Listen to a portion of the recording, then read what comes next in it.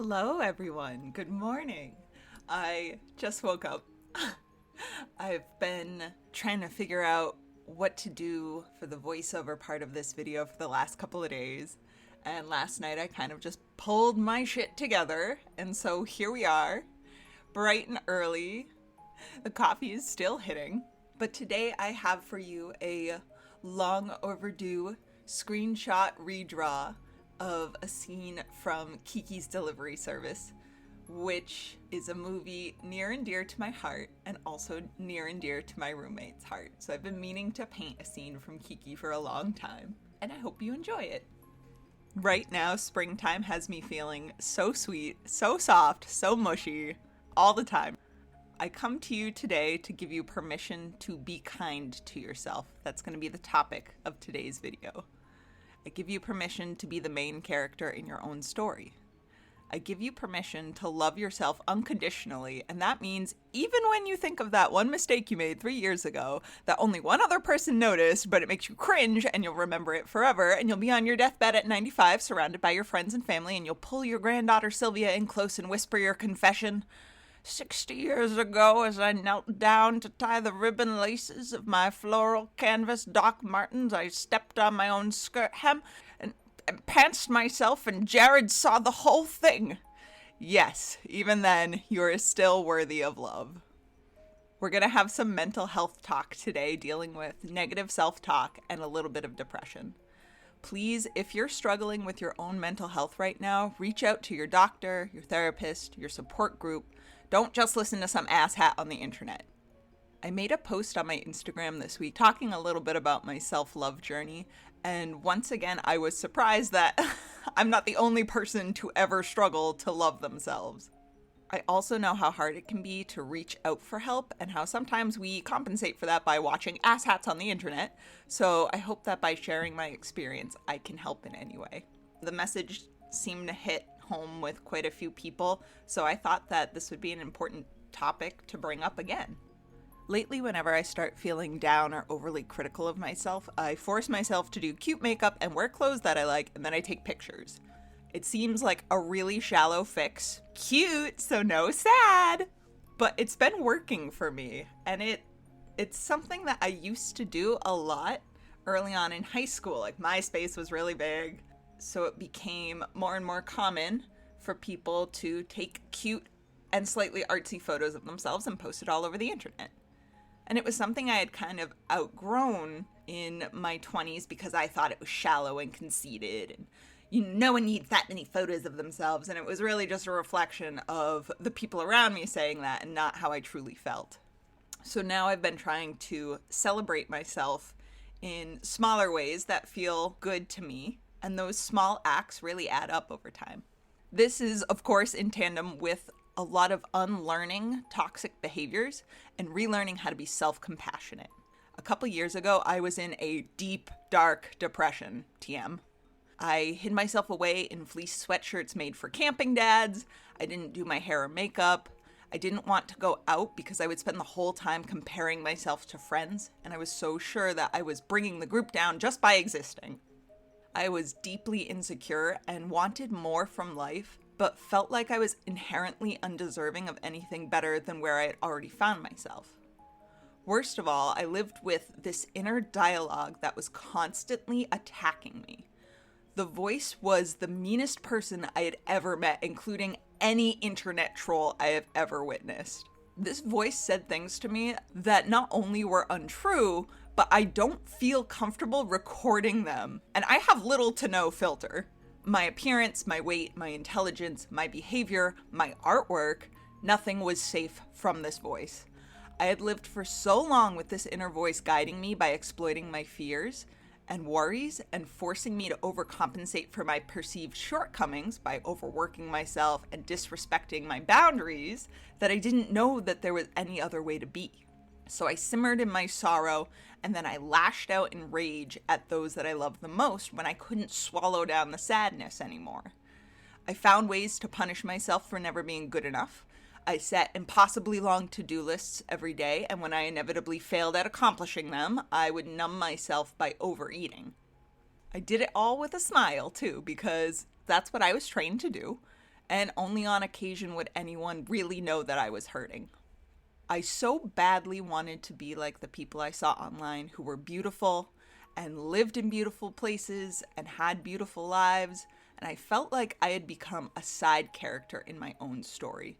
And not only did I not know how to escape the NPC life, but I didn't think I deserved to. I wasn't always this way. As a kid and a teen, I was vibrant and I felt unstoppable. And a lot of that can be chalked up to naivety, but I couldn't help but feel that I had taken a wrong turn somewhere, and I wanted to reset back to the course that I thought I was on when I was 14, and I was excited for all of the promises life had. I hadn't beat myself down yet. I hadn't lowered my expectations for myself yet. After a particularly bad breakdown followed by a lot of self-reflection, I realized that I was going to live and die this way unless I made some major changes. And I decided that if this was the best I could ever be, I was going to have to learn to love myself regardless, or I was going to become the bitter, jaded monster that I thought I was. So I began to cut off the voice in my head every time it started to berate me. It took a while to get into the habit of this, and not only did I feel crazy for talking to the voice in my head like it was a separate entity, but I feared that this was just the way I was, and it was only a matter of time before I spiraled again. But with practice, and honestly with humor, I was able to address the voice directly and start shutting it down in its tracks. Using the name Karen for this voice helped a lot. So when Karen would start up, "You stupid waste of space, can't you see that no one wants you around?" Karen would go off, and I would reply with a laugh and "Geez, Karen, who pissed in your Cheerios today? You're not invited to this party." I began correcting the statements that Karen made as well. Her voice was always so harsh and furious, but this new inner voice that I was trying to cultivate always responded with soft, calming reassurance. It's gonna be okay. It's okay to slow down. It's okay to make mistakes. Practice became habit, and habit became permanent. I also want to say that there have been studies done on negative self-talk, and you may feel relieved to know that it's usually not your own thoughts, but a reflection of someone influential from your childhood who is the source of this angry inner voice. So I guess I'm not an asshat after all. So in addition to rewriting this inner dialogue that I was constantly having with myself, I began observing other detrimental habits I had formed when trying to appease the Karen voice. As a recovering overachiever, I scheduled mandatory breaks for myself throughout the day. I found that when I was overwhelmed and brimming with anxiety, being outside helped a lot, even if I was just sitting on the front steps of my house, or sitting on a park bench, or sitting in the grass, even if it was just for 5 or 10 minutes, it really helped me to reset. I started addressing my emotional eating habits and replacing them with new, positive ones. Hello, art therapy!